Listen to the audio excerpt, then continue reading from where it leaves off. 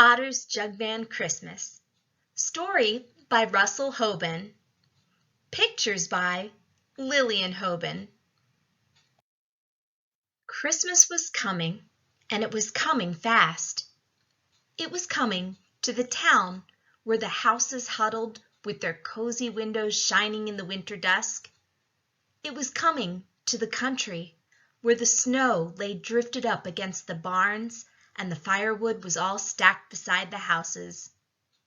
And it was coming to the river and the little run-down place where Emmet Otter and his mother lived near Frogtown Hollow.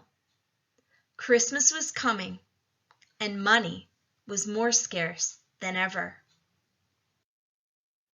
Emmet Otter's father was dead, and his mother took in washing. There was no electricity out in Frogtown Hollow, and Mrs. Otter did her washing with a washboard and a washtub, all by hand. Emmet rode up and down the river from Turtle Bend to Osprey Point, picking up the laundry that Ma's customers left on their boat landings, and he delivered it when it was done. Emmet hauled the water, and he did the chores. He cut the firewood, and he stacked it. He went out with the tool chest Pa had left him, and he did odd jobs around the neighborhood. Every day he went out fishing, so there was always something on the table, and between the two of them, Emmet and his mother paid the rent and scraped along somehow. But it was always hard going, and this year was harder than ever. The crops hadn't been good. The sawmill down the river had been slow, and many animals were out of work. Housewives who used to give the wash to Mrs. Otter were doing it themselves. Grown animals like Jake Beaver and Grover Muskrat, who'd been laid off at the mill, were doing most of the odd jobs that Emmet used to get. "We'll get by somehow," Emmet and his mother used to say to each other. "We always have." But they were tired of just getting by. "Last year I gave Emmet a muffler that I knitted," Mrs. Otter said to Irma Coon, "and the year before that it was mittens." "Nothing wrong with mufflers and mittens, Alice," said Irma Coon. "It's the thought that counts." "I know all about that," said Mrs. Otter. "But it's been such a rock-bottom life for so long. Just once, at least, I'd like to bust out with a real glorious Christmas for Emmet. Something shiny and expensive." "It's a bad year for that," said Irma Coon. "It's always a bad year," said Alice Otter, and she went on with her washing. "Ma's never had it easy," Emmet said to Charlie Beaver. "We never had much even when Pa was alive, what with him being a traveling man, always up and down the river selling snake oil. He'd be gone for weeks on end sometimes, and when he did show up, he never brought much money with him. Ma never complained, though. She said if Pa was willing to take a chance on snake oil, she was willing to take a chance on him. I wish I could fix it so she didn't have to do any more washing, and if I can't do that, at least I'd like to give her one real good Christmas." "There's no odd jobs this year," said Charlie. "I can't make a nickel, and my sisters aren't having any luck with Christmas cards or cookies either. Maybe it'll be a better Christmas next year." "Some year it's got to be this year," said Emmet. "Last year I made Ma a sewing box, and the year before I carved a pie crimper. Sometime she's got to have something fine and fancy that costs money, or I don't know what I'll do." "Money's hard to come by," said Charlie, and he and Emmet both went off to do their chores. When work was finished for the day, Emmet and his mother always went down the slide that Pa had built. In the summer, they went off the end of the slide and into the river with a big splash. In the winter, they slid down the slide and across the ice, whooping and laughing. But today, they slid down quietly, both of them wondering what was to be done about Christmas. In the evening, they read aloud to each other by candlelight the way they always did, but neither one was paying attention to the book. Ma was thinking about a present for Emmet, and Emmet was thinking about a present for Ma. After they finished reading, Ma and Emmet sang together. They sang Down the Slide with Dora, Swimming Nellie Home, The Bathing Suit That Grandma Otter Wore, We'll Go Fishing in the Moonlight, and ended up with their favorite hymn, Downstream Where the River Meets the Sea. Mrs. Otter had a lovely voice, and Emmet remembered her telling him that she had played the piano when she was a girl. Emmet wondered how many odd jobs it would take to buy Ma a piano, and he knew that he would probably never in his life be able to save up that much money. But the idea of a piano stayed in his mind and kept on growing. Ma was thinking too. She was remembering how Emmet had looked at a beautiful second-hand guitar with mother-of-pearl inlays in a store window in town. Ma thought about how many washes it would take to buy that guitar for Emmet, and she tried to put it out of her mind, but she could not. Ma wanted Emmet to have that guitar for Christmas, and she didn't know what she could do about it.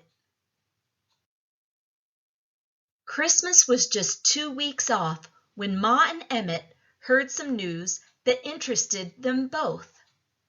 Ma heard it from Hetty Muskrat, and Emmet heard it from Hetty's son Harvey.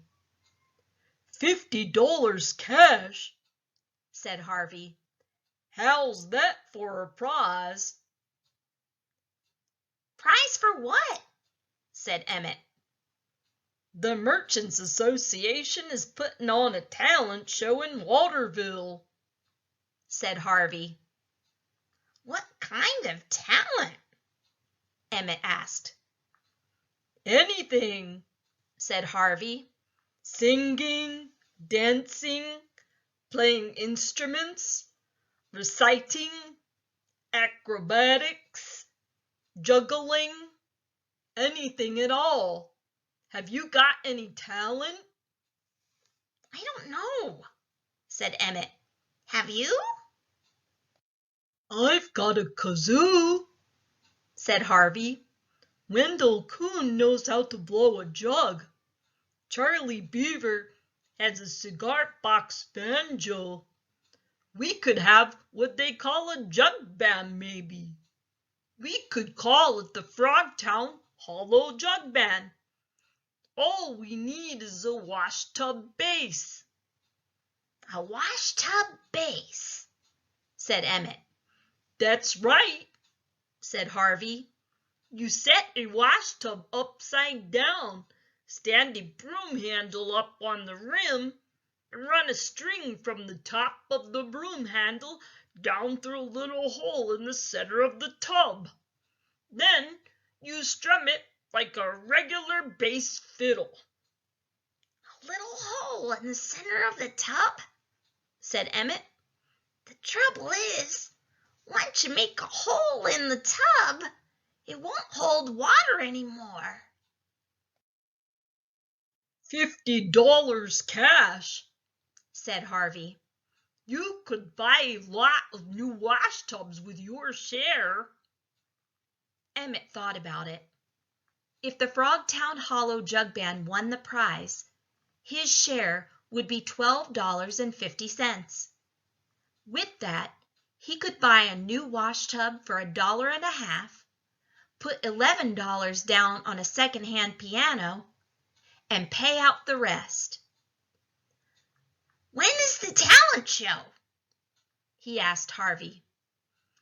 2 days before Christmas, said Harvey. I'll think about it, said Emmet, and he walked slowly home. While Harvey was telling Emmet about the talent show, Harvey's mother was telling Emmet's mother. I wish I had some talent, Hetty Muskrat said. We sure could use that money. I guess we all could, Mrs. Otter said, wondering whether there would be any really good singers in the show. That night at dinner, Ma and Emmet could hardly look each other in the eye. When they took turns reading, they kept losing the place in the book. And when they got around to singing Downstream Where the River Meets the Sea, they both choked up a little. The next morning at breakfast time, the Otter house was empty. Ma's wash tub was not in its regular place in the kitchen, and the broom was gone. Emmet's tool chest was not at the foot of the bed where he always kept it. There was a note on Emmet's pillow, and there was a note on the kitchen table. The note on Emmet's pillow said, Dear Ma, I have not run away. I will explain about the wash tub and the broom when I see you Christmas Eve. There's plenty of frozen fish in the icebox. Love, Emmet. The note on the kitchen table said, Dear Emmet, I have not run away. I will explain about your tool chest when I see you Christmas Eve. There are clean underwear and shirts for you in your drawer. Love, Ma. That day, the few customers that Ma had left put out the laundry on their landings as they always did. But Emmet did not row by to pick it up. Upriver, past Osprey Point, where the river branched off into swampland, was a little hut that Emmet and his friends had built there for a clubhouse. In the hut, Wendell Coon was blowing his jug. Harvey Muskrat was playing his kazoo. Charlie Beaver was picking his cigar box banjo. And Emmet was strumming on his washtub bass and worrying. Charlie Beaver was singing the words while he picked his banjo. Going to Old Man Possum's shack, Sister Possum waiting out back. But Emmet was singing under his breath. Can't pay the rent if Ma can't scrub. Can't pay the rent with the hole in the tub. You better get with the beat, Emmet, if we're going to win, said Charlie. Well, thought Emmet, if the jug band didn't win, maybe he and Ma could go away someplace where things were better. As long as he had his tool chest, he could do odd jobs, and they would get along somehow. But Ma wasn't going to have a piano unless they won. Got to win, said Emmet, and he tried to keep his mind on Sister Possum. While the Frogtown Hollow Jug Band was practicing upriver, Ma was downriver at Esther Snapper's house in Waterville. She was sitting at her friend's sewing machine, making herself a dress to wear at the talent show. I don't quite understand this whole thing, Alice, said Esther. You pawned Emmet's tool chest so you could buy that dress material? That's right, said Ma, and I'm going to sing in the talent show. And if I win the $50, Emmet's going to have that guitar with the mother-of-pearl inlays. But what if you don't win? said Esther. I've still got my wash tub, said Ma. And we can always move on to some place where things are better. They surely couldn't be much worse. I don't know, said Esther. Sounds mighty chancy, but I certainly hope you win. Got to win," said Ma. When the dress was finished, she practiced her songs and gestures in front of Esther's mirror and tried hard not to think of Emmet's tool chest that Pa had left him.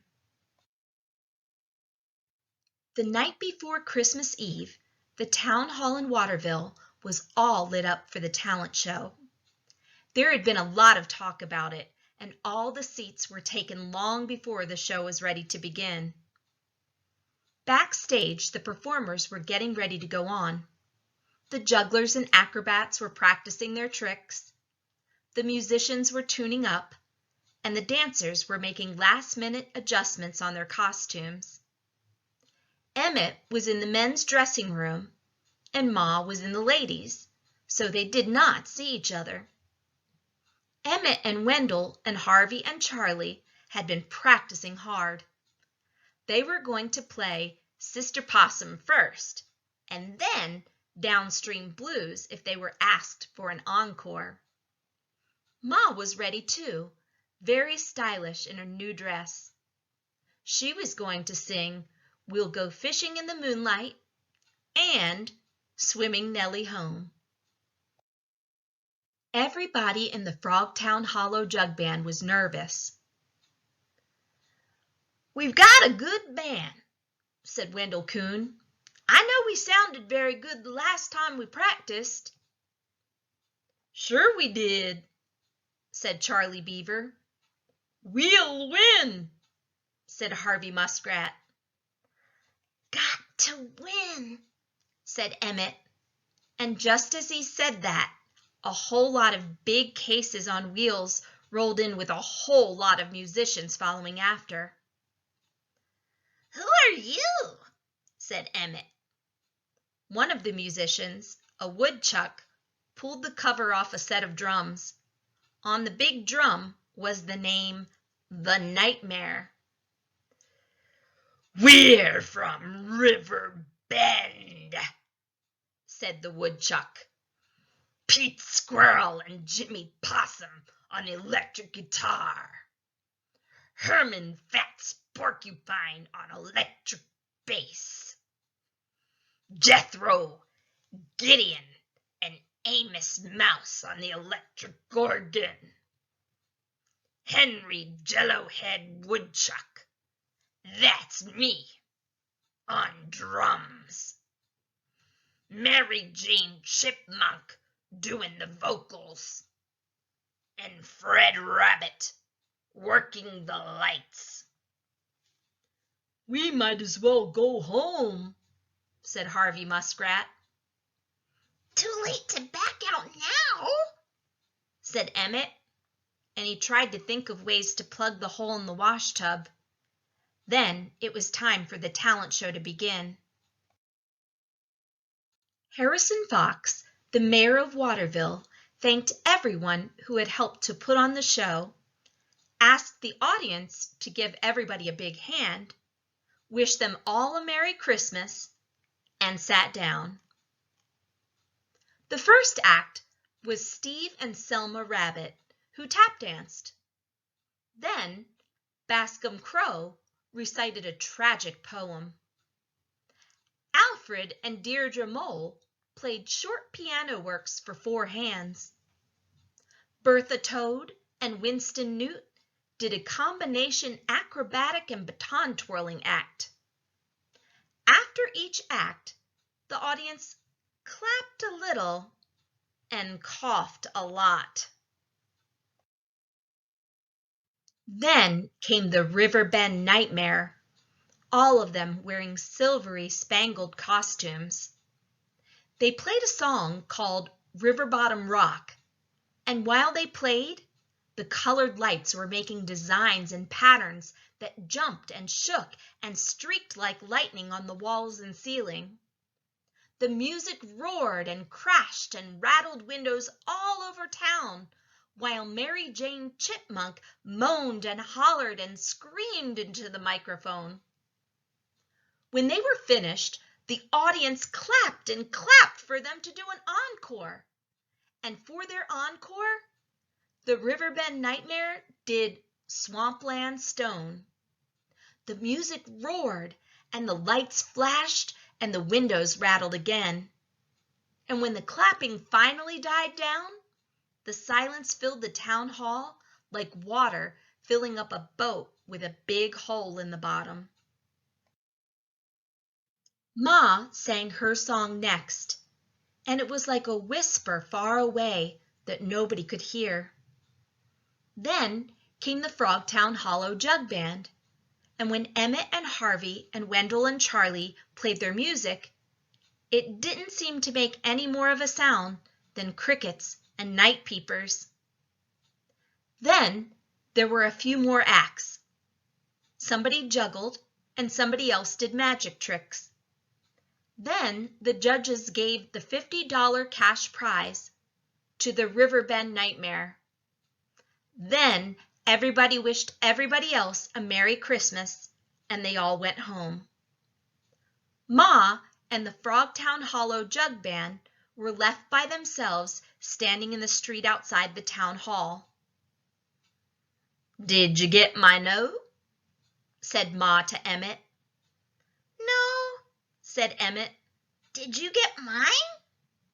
"No," said Ma.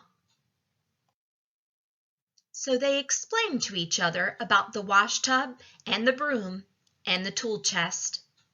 Then they left the lights of the town behind them. They all went down to the river and started walking home on the ice. "Well," said Ma, "we took a chance and we lost. That's how it goes." "That's how it goes," said Emmet. "It isn't going to be much of a Christmas for us this year," said Ma. "I was hoping to get you that guitar you liked." "I was thinking of a piano for you," said Emmet. "I guess I ought to feel pretty bad," said Ma. "But the funny thing is that I don't. I feel pretty good." "So do I," said Emmet.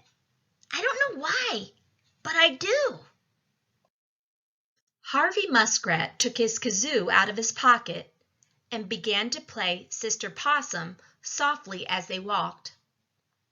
"That's a nice little tune," said Ma. "How do the words go?" Charlie Beaver sang them for her. Then Ma sang, "Going to Old Man Possum's shack, Sister Possum waiting out back." Then they all joined in the chorus. "Rowing on the river, rowing on the water, going to dance the whole night long with Old Man Possum's daughter." "Let's try it with the whole band playing," said Ma. They were passing Doc Bullfrog's Riverside Rest and stopped by the boat landing. Up above them in the lighted windows, they could see everyone having a good time, and they could hear the clatter of dishes, the tinkle of glasses, and the sound of laughter. Harvey played his kazoo. Wendell blew his jug. Charlie picked his cigar box banjo. Emmet strummed his bass, and Ma sang as they all came on strong with Sister Possum. The music took off into the cold, clear air over the frozen river, and for a while they forgot the hard year they had had and the poor Christmas they could look forward to. Nobody noticed that the doors of the Riverside Rest had opened and Doc Bullfrog and his customers were listening. "That's a mighty cheerful sound," said Doc Bullfrog as he came down to the boat landing. "That's a real down-home sound. What do you call your group?" "Ma Otter and the Frogtown Hollow Boys," said Emmet. "That's a good name, too," said Doc Bullfrog. "How'd you like to play regular at the Riverside Rest?" "Is the pay regular when you play regular?" said Emmet. "It sure is," said Doc, "and your meals are on the house." "What do you think, boys?" said Ma. "We think we'd like that," said the boys. "So would I," said Ma. "Why not start tonight then?" said Doc Bullfrog, "after you have some dinner." So they all went inside with Doc and had a good dinner. Then the band played and Ma sang until it was very late, and when they left for home they all had money in their pockets. "Well," said Emmet to Ma, "it looks like I won't have to plug the hole in the wash tub, and I won't have to buy a new one either." "We've still got to have clean clothes to wear," said Ma. "What am I going to wash them in?" "From now on, we're going to send our laundry out," said Emmet. Ma was quiet for a few moments. Then she said, "I think I'd like to do a song for Pa, right here and now. He took a chance on snake oil, and you took a chance on a wash tub. He'd have been proud of us tonight." So Ma Otter and the Frogtown Hollow boys stopped there on the ice at 3 o'clock in the morning of Christmas Eve, and they did downstream where the river meets the sea for Pa.